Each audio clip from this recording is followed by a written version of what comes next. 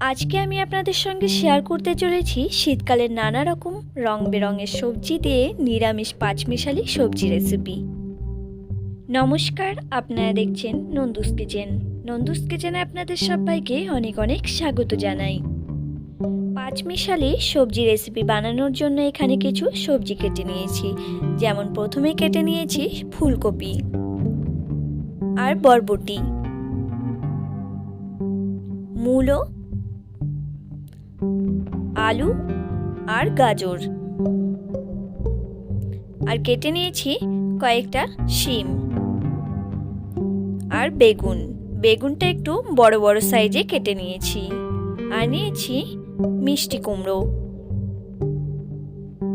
আর কয়েকটা কাঁচা লঙ্কা চিড়ে নিয়েছি।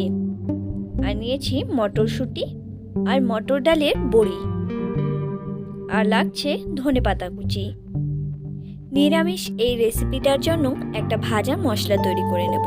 তার জন্য নিলাম হাফ চামচ গোটা ধনে, হাফ চামচ মৌরি আর একটা গোটা শুকনো লঙ্কা। এবার সবগুলো মশলা একসাথে একটু ড্রাই রোস্ট করে নেব। এই মশলাগুলোকে 1 থেকে 1.5 মিনিট পর্যন্ত এভাবেই অনবরত নেড়ে নিয়ে এর কালার চেঞ্জ হওয়া পর্যন্ত ভেজে নিতে হবে। তারপরে এর একটা পাউডার বানিয়ে নেব। এই মশলাটাকে আমি রান্নার শেষে ব্যবহার করব। ডালের বড়িগুলোকে ভেজে নেব। তার জন্য কড়াইতে দিয়ে দিলাম কিছুটা সর্ষের তেল। এবার বড়িগুলোকে দিয়ে বড়ির কালার চেঞ্জ হওয়া পর্যন্ত এগুলোকে ভেজে নেব।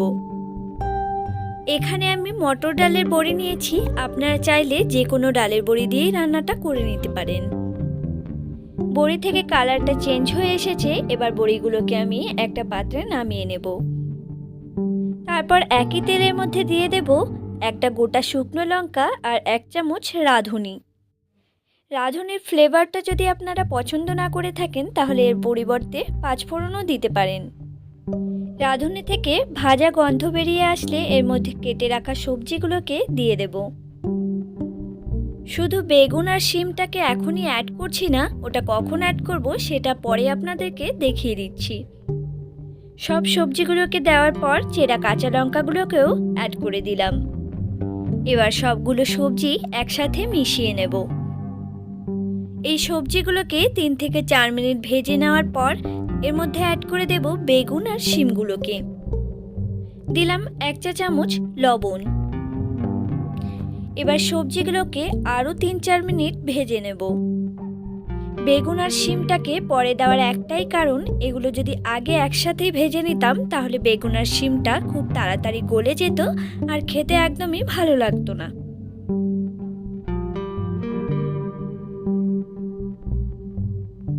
সবজিগুলোকে 3-4 মিনিট ভেজে নেওয়ার পর এর মধ্যে দিয়ে দেব 1 চা চামচ আদা বাটা, 1 চা চামচ জিরে গুঁড়ো আর 1 চা চামচ ধনে গুঁড়ো, আর কালারের জন্য দিচ্ছি 1 চা চামচ কাশ্মীরি লঙ্কার গুঁড়ো। এই পর্যায়ে ছাড়িয়ে রাখা মটরশুঁটিগুলোকেও অ্যাড করে দিচ্ছি। তারপর সবগুলো মশলা একসাথে মিশিয়ে নিচ্ছি। আমার আজকের ভিডিওতে যদি কোনো নতুন বন্ধু হয়ে থাকেন তাহলে আমার চ্যানেলটিকে সাবস্ক্রাইব করে আমার পাশে থাকার অনুরোধ রইল। পুরনো বন্ধুরা যারা কাজটি অলরেডি করে রেখেছেন তাদেরকে জানাই অসংখ্য অসংখ্য ধন্যবাদ। মশলাগুলোকে পুরোটা মিশিয়ে নেওয়ার পর এর মধ্যে অ্যাড করে দিলাম 1 চা চামচ হলুদ গুঁড়ো। হলুদ গুঁড়োটাকে সবজির সাথে মিশিয়ে নিয়ে বেশ ভালোভাবে কষে নিতে হবে। সবজিটাকে ঠিক ততক্ষণ কষে নিতে হবে যতক্ষণ না সবজি থেকে তেল ছেড়ে আসছে। প্রায় 2-3 মিনিট ধরে কষাতে কষাতে সবজির লুকটা ঠিক এই রকম দেখতে হয়েছে। সবজিটা পুরোপুরি কষানো কমপ্লিট। এবার এর মধ্যে অ্যাড করে দেব জল।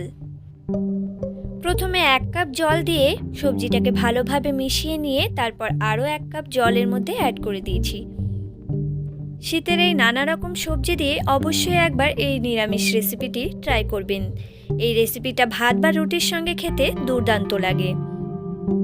জল দিয়ে সবজিগুলোকে ভালোভাবে মিশিয়ে নেওয়ার পর এর মধ্যে যে ভাজা মশলাটা তৈরি করে রেখেছিলাম সেই মশলাটাকেও অ্যাড করে দিলাম।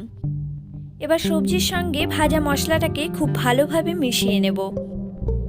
ঝোলটা খুব ভালোভাবে ফুটে উঠলে এর মধ্যে অ্যাড করে দেব ভেজে রাখা বড়িগুলোকে।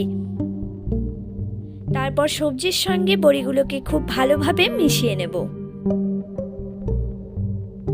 তারপর গ্যাসের আঁচটাকে লো টু মিডিয়ামে রেখে ঢাকনা চাপা দিয়ে রেখে দেব 5-6 মিনিটের জন্য স্ট্যান্ডিং টাইম। 5 থেকে 6 মিনিট পর ঢাকনাটাকে তুলে নিয়ে দেখে নিচ্ছি সবজিটা খুব ভালোভাবে সিদ্ধ হয়ে গেছে।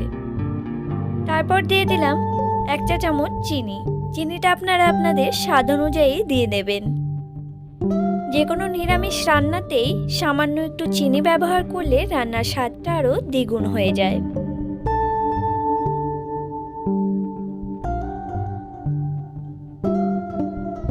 সবজিটাকে একটু নাড়াচাড়া করে নিয়ে এর মধ্যে অ্যাড করে দেব ধনেপাতা কুচি। দেখতে কতটা লোভনীয় হয়েছে আশা করছি আপনারা দেখে বুঝতেই পারছেন। খেতেও কিন্তু ঠিক ততটাই সুন্দর হয়েছিল। যে কোনো এক নিরামিষের দিনে এই রেসিপিটা বানিয়ে খেয়ে আমাকে কমেন্টে জানাতে একদম ভুলবেন না যে খেতে কেমন হয়েছিল। রেসিপিটা যদি আপনাদের একটুও ভালো লেগে থাকে তাহলে প্লিজ একটা লাইক আর আপনার বন্ধুদের সঙ্গে ভিডিওটি শেয়ার করে দেবেন। আজকের ভিডিওটা তাহলে এই পর্যন্তই। ফিরে আসছি খুব শিগগিরই নতুন একটি সুস্বাদু রেসিপি নিয়ে। ততক্ষণে আপনারা সবাই ভালো থাকবেন, সুস্থ থাকবেন।